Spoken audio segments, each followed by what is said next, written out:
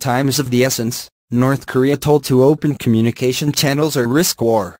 United Nations diplomat Mr Feltman warns Kim Jong-un that time is of the essence to come to a solution amid fears of World War III.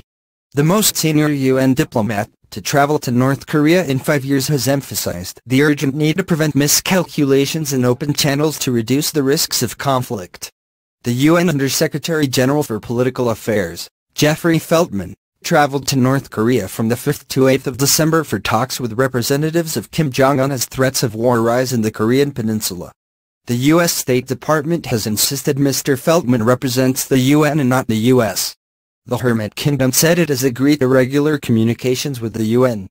Mr. Feltman's visit comes at a time when the UN Security Council is at a deadlock on further sanctions.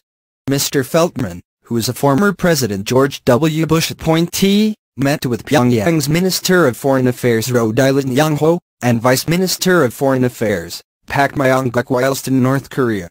The UN diplomat said that the international community, alarmed by escalating tensions, is committed to the achievement of a peaceful solution to the situation on the Korean Peninsula. Mr. Feltman was accompanied by several UN diplomats and met with the United Nations country team and visited UN project sites. During the site visits he learned about the UN's life-saving work on the ground as well as the challenges in procurement and funding gaps.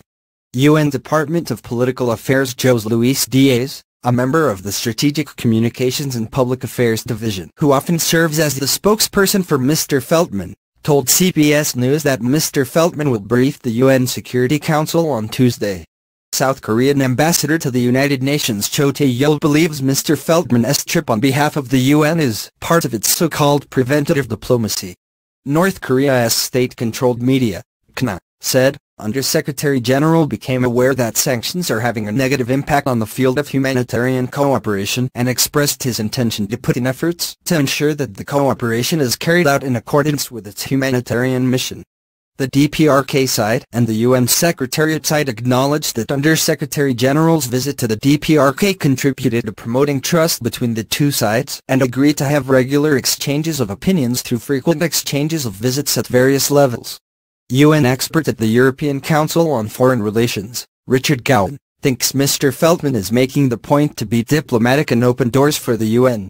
He said, "It looks like the UN is trying to be fair with both Pyongyang and Washington, emphasizing the need for DPRK to obey Security Council resolutions, while also hinting at international concerns that the Trump administration is escalating the conflict and risks miscalculations with its warlike rhetoric."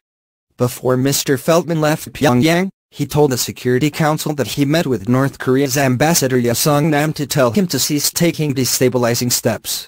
He said, "Desist from taking any further destabilizing steps," adding that this is the 13th time the Council has met to discuss North Korea. Mr. Feltman said that he told the North Koreans, there can only be a diplomatic solution to the situation, achieved through a process of sincere dialogue, and they agreed that the current situation was the most tense and dangerous peace and security issue in the world today.